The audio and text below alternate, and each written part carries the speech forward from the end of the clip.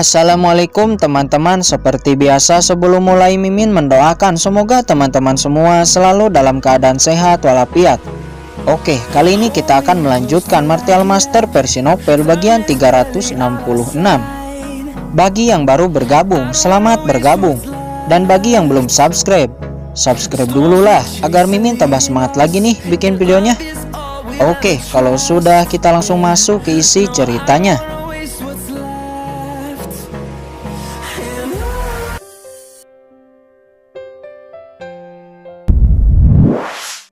Masuk ke dalam benua itu. Namun bagaimanapun mereka mencoba berbagai metode, tidak ada yang bisa memasuki benua itu. Di saat itu tiba-tiba sebuah pelangi 9 warna terbentang dari benua itu. Ada jalan pelangi. Mungkinkah itu jalan untuk memasuki benua itu? Semua orang terkejut, namun mereka senang. Aku akan mencobanya. Seorang ahli martial sovereign langsung naik ke jalan pelangi itu. Namun jalan pelangi itu seperti sangat licin, dan ahli martial sovereign itu pun jatuh ke tanah. Hahaha, Tuan, kamu bermartabat martial sovereign, tapi bahkan tidak bisa berdiri kokoh. Apakah kamu terlalu ceroboh? Kata seorang ahli martial sovereign lainnya. Dia tertawa terbahak-bahak. Dia pun langsung melesat naik ke atas pelangi 9 warna. Setelah naik, dia juga tidak bisa berdiri, kehilangan keseimbangannya dan jatuh dengan malu. Semua orang terkejut jika hanya satu ahli martial sovereign yang jatuh. Mungkin itu kecelakaan. Tapi sekarang ada dua. Sepertinya ada kesulitan tersendiri untuk bisa berjalan di pelangi itu. Biarkan aku yang mencoba. Ahli martial sovereign lainnya satu persatu mencoba. Beberapa saat kemudian mereka menyadari bahwa di jalan pelangi ini untuk bisa berjalan adalah dengan memahami kekuatan aturan yang tergantung di dalam pelangi. Semua orang semakin bersemangat karena baru di jalan pelangi saja sudah terkandung kekuatan aturan yang bisa membantu persepsi hukum untuk memasuki ranah martial emperor. Lalu manfaat seperti apa yang akan ada di dalam benua itu? Bisa dikatakan manfaatnya akan jauh lebih baik dibandingkan alam Yukuno itu sendiri. Pada saat ini, akhirnya Hongyan menjadi orang pertama yang berdiri kokoh, berjalan di pelangi dan maju lebih jauh. Selanjutnya ada pemimpin-pemimpin dari kekuatan-kekuatan puncak seperti Master Situ. Mereka semua berjalan di pelangi menuju ke benua. Selanjutnya adalah ahli martial sovereign tahap akhir lainnya seperti Tian Pei dan Ling Yuanan. Mereka semua berjalan di pelangi dan masuk lebih jauh. Disusul oleh ahli-ahli martial sovereign tahap tengah. Walaupun mereka berjalan di pelangi dengan susah payah, akhirnya mereka semua juga berjalan lebih jauh di jalan pelangi dan menghilang dari pandangan semua orang. Pada akhirnya sekarang hanya tersisa jenius-jenius martial sovereign tahap awal yang baru menerobos. Ayo pergi, aku ingin mencobanya juga, kata seorang ahli martial sovereign tahap awal. Orang ini adalah surga terpilih, tuan muda dari keluarga Teng. Namun dia tiba-tiba dihentikan oleh putra Kaisar Xuanyuan, Peng Lei. Tidak ada yang boleh memasuki jalan pelangi ini, kata Peng Lei dengan arogan. Dia memblokir jenius-jenius di sana untuk tidak masuk. Namun walaupun mereka cukup takut kepada kekaisaran Xuanyuan, tapi mereka tidak mungkin melepaskan kesempatan baik ini.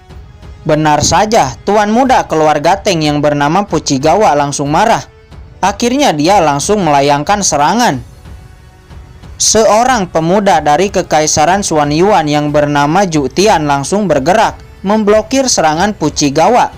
Mereka berdua pun langsung bertarung di hadapan semua orang. Namun setelah beberapa kali bertukar pukulan, Fujigawa dipukul mundur oleh serangan Zhu Tian. Hahaha, apakah hanya ini kemampuan dari tuan muda keluarga Teng? Ternyata surga terpilih keluarga Teng hanya seperti ini, kata Zhu Tian. Mendengar ini, Fujigawa sangat marah. Dia kembali menyerang dengan kekuatan terbaiknya. Dia tidak ingin mempermalukan keluarga Tengnya di hadapan semua orang.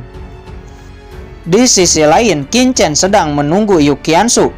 Tidak mungkin tim istana penegak hukum tidak tertarik dengan benua ini, kata Qin Chen. Duar.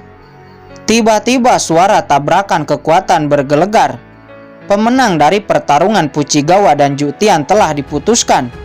Terlihat keduanya nampak malu, namun Jutian lebih unggul dan Fujigawa dikalahkan. Nona muda Chen Sisi, saya mengajakmu untuk pergi bersamaku memasuki Jalan Pelangi, kata Peng Lei. Dia masih menginginkan Chen Sisi. Tuan Peng Lei bercanda, saya tidak berani untuk berjalan bersamamu, kata Chen Sisi. Dia menolak dengan cara yang lembut. Namun kemudian Chen Sisi mendekat ke arah Qin Chen. Tuan muda Qin, Sisi ingin mengajakmu untuk berjalan bersama, kata Chen Sisi. Nona Chen Sisi, saya tidak tertarik, kata Qin Chen. Mendengar ini semua orang terkejut. Seorang wanita yang sangat cantik dan anggun, Chen Sisi, berinisiatif mengajaknya, tapi Qin Chen tanpa pikir panjang langsung menolaknya. Apakah anak itu masih laki-laki? Tuan muda Qin, apakah kamu akan mempermalukan Sisi di hadapan semua orang? Kata Chen Sisi. Dia sangat dekat dengan Qin Chen, merayu Qin Chen dan wajahnya sangat sedih. Tidak dapat dipungkiri pesona yang dipancarkan Chen Sisi sangat tajam. Tapi bagi Qin Chen yang telah melihat banyak sekali pesona wanita di kehidupan dulu dan sekarang, itu bukan apa-apa. Di sisi lain wajah Peng Lei sangat marah. Ajakannya ditolak dan dihina oleh Chen Sisi di hadapan semua orang. Tapi Chen Sisi malah datang ke Qin Chen dan meminta untuk ditemani. Ini membuat Peng Lei sangat kesal dan marah. Tuan, biarkan saya yang memberi pelajaran kepada anak itu, kata Jutian. Segera dia melompat dengan serangan telapak tangan. Dia menerjang ke arah Qin Chen. Melihat itu, Ouyang Nana sebenarnya akan bergerak untuk menolong Qin Chen. Namun sebelum dia bergerak, tiba-tiba dari belakang Qin Chen Yan Khatulistiwa meraung. Energi api di tubuhnya melonjak. Sebuah api merah muncul di tangannya dan langsung bertabrakan dengan serangan Jutian. Setelah tabrakan, keduanya sama-sama mundur. Apa? Seimbang? Semua orang terkejut karena mereka tahu Yan Khatulistiwa hanya berasal dari domain Papillon Pil bawah. Tapi mengapa bisa mengimbangi jenius kekaisaran Xuan Yuan seperti Jutian? Kamu siapa? Beraninya memblokir seranganku, kata Jutian. Dia berkata seraya menatap dingin kepada Yan Khatulistiwa. Jika kamu ingin bertarung, maka bertarunglah. Mengapa harus banyak omong kosong? Kata Yan Khatulistiwa. Kemudian keduanya terus bertarung dan bertukar pukulan. Melihat nyala api merah yang berkobar di tubuh Yan Khatulistiwa, semua orang terkejut. Apakah ini semacam fisik api? Bagaimana bisa muncul jenius seperti itu dari domain Papillon Pil bawah? Namun walaupun Yan Khatulistiwa dapat mengimbangi serangan Jutian, tetap saja ada sedikit celah di antara mereka. Pada saat ini di bawah serangan terus-menerus Jutian, Yan Khatulistiwa nampak sudah terdesak. Namun di saat dia terdesak, sebuah bayangan burung phoenix kuno menyapu, memblokir serangan Jutian dan membuat Jutian terhempas lalu menyemburkan seteguk darah. Itu adalah serangan dari Ouyang Nana. Kamu beraninya menyerangku secara diam-diam. Apakah orang-orang di Papillon Pil begitu tercela? Kata Jutian. Aku tercela? Kamu dan kekaisaran Xuan Yuanmu yang tercela, memblokir jalan pelangi dan tidak membiarkan kami masuk. Kami juga memiliki kesempatan yang sama untuk memasukinya, kata Ouyang Nana. Yah, Peng Lei, terlalu berlebihan bagimu jika ingin memonopoli jalan pelangi. Semua orang dari berbagai kekuatan berkata satu demi satu. Mereka setuju dengan apa yang dikatakan Ouyang Nana. Semuanya, jangan khawatir. Saya bukan ingin menguasai jalan pelangi, tapi saya ingin membatasi karena saya pikir orang yang tidak memiliki kekuatan tidak layak untuk memasuki jalan pelangi, kata Peng Lei. Namun di saat itu tiba-tiba sekelompok pria dan wanita muncul dari langit. Itu adalah sekelompok jenius dari Istana Berkabut dan Istana Penegak Hukum. Tim jenius ini dipimpin oleh seorang wanita muda. Wanita ini bernama Murong Bingyun. Dikatakan bahwa Murong Bingyun ini adalah anak angkat penguasa Istana Berkabut Sang Huan Xin Er. Bakat bawaan Murong Bingyun sangat menakjubkan. dan juga memiliki tubuh roh alami. Itu tubuh roh alami. Semua orang terkejut melihat tubuh bawaan lainnya. Di belakang tim Murong Bingyun ada tim lainnya yang dipimpin oleh Jiruyu. Itu tubuh pedang alami. Apa? Masih ada tubuh bawaan lainnya? Orang-orang kembali terkejut. Itu adalah Jiruyu dari keluarga Ji. Kata seseorang, dia berkata di antara kerumunan. Di saat yang sama, tatapan mata semua orang berhenti kepada orang di sisi Jiruyu. Itu adalah Yukiansu. Mungkinkah itu fisik es salju alami yang legendaris? Kata seseorang lainnya di kerumunan. Semua orang melihat kelompok tim jenius dari Istana Berkabut dan Istana Penegak Hukum. Saya mendengar ada sebuah benua yang misterius. Saya ingin memasukinya sekarang. Adakah dari kalian yang keberatan? Kata Murong Bingyun. Tidak. Semua orang berkata tidak, karena tidak ada yang berani untuk menghentikan mereka. Karena tidak ada yang keberatan, maka saya akan masuk sekarang. Jika kalian masih ingin bermain di sini, silakan lanjutkan. Kata Murong Bingyun. Setelah mengatakan ini, dia mengabaikan semua orang dan langsung berjalan ingin memasuki Jalan Pelangi. Di antara kerumunan di saat Qinchen melihat Yukiansu, dia menghela napas lega. Nampaknya Yukiansu telah mendapat banyak manfaat dari kolam suci surgawi, dan bahkan dia telah mengaktifkan fisik ilahi, kata Qinchen. Qinchen, kata Yukiansu. Di saat Qinchen melihat ke arahnya, Yukiansu juga melihat ke arah Qinchen. Setelah itu Yukiansu ingin bergegas ke arah Qinchen dan menemuinya. Namun dia dihentikan oleh Jiruyu. Qiansu, ini bukan waktu yang tepat. Lihatlah, ada banyak orang di sini. Jika kamu menemui Qinchen, itu akan menarik masalah untuk Qinchen, kata Jiruyu. Qiansu, apa yang dikatakan Jiruyu benar.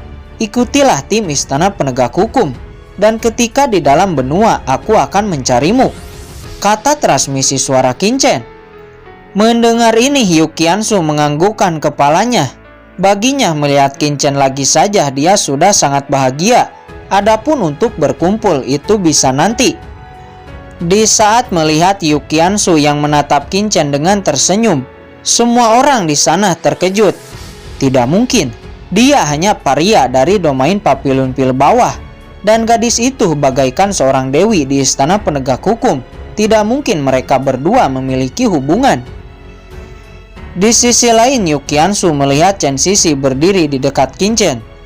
Bukankah itu Chen Sisi dari Gerbang Surgawi? Mengapa dia ada di sini? Kata Yukiansu. Sedangkan Qinchen, dia melihat seorang kenalan lagi yang ada di tim jenius Istana Berkabut. Orang itu adalah Zhao Jiwei dari Papillon Xuanyin. Tidak menyangka dia juga ada di sini, kata Qinchen. Di sisi lain, Zhao Jiwei di saat pertama kali melihat Yukiansu ada di sini, dia terkejut. Dan sekarang dia melihat Qinchen juga ada di sini, dia semakin terkejut. Ayo pergi. Kemudian Murong Bingyun dan yang lainnya pergi menaiki Jalan Pelangi dan menghilang dari sana. Ayo, kita juga pergi, kata Peng Lei. Dia tidak ingin lagi menduduki Jalan Pelangi. Karena takut ketinggalan, dia pun menaiki Jalan Pelangi. Setelah itu semua orang di sana satu persatu juga mulai menaiki Jalan Pelangi. Namun banyak dari mereka jatuh. Setelah jatuh, mereka kembali menaiki Jalan Pelangi dari awal lagi. Ayo, kita juga pergi. Segera Qinchen, Yemo, dan Yan Khatulistiwa juga pergi menaiki Jalan Pelangi. Di saat ketiganya naik, Yemo dan Yan Khatulistiwa langsung jatuh. Sedangkan Qinchen, dia sedikit goyah dan akan jatuh. Hahaha. Orang dari domain Papillon Pil bawah juga ingin menaiki jembatan Jalan Pelangi, kata Lingyi. Dia mengejek. Namun tiba-tiba dia terkejut melihat Qinchen yang awalnya goyah tiba-tiba langsung berdiri kokoh dan stabil di atas Jalan Pelangi. Setelah berdiri stabil, Qinchen tidak buru-buru melangkah. Dia kemudian mencoba mengaktifkan Bloodline Guntur. Setelah mengaktifkan Bloodline, Qinchen tiba-tiba terkejut. Karena dengan mendesak kekuatan Bloodline, Qingchen menjadi semakin stabil di jalan pelangi. Oh, jadi ini. Pantas Murong Bingyun dan yang lainnya dengan mudah berjalan di atas jalan pelangi. Ternyata karena mengaktifkan Bloodline, kata Qingchen. Namun setelah Qingchen tidak mengaktifkan Bloodline-nya, tiba-tiba dia langsung jatuh. Ada dua cara untuk berjalan di jalan pelangi. Pertama, mengaktifkan Bloodline. Kedua, memahami kekuatan aturan.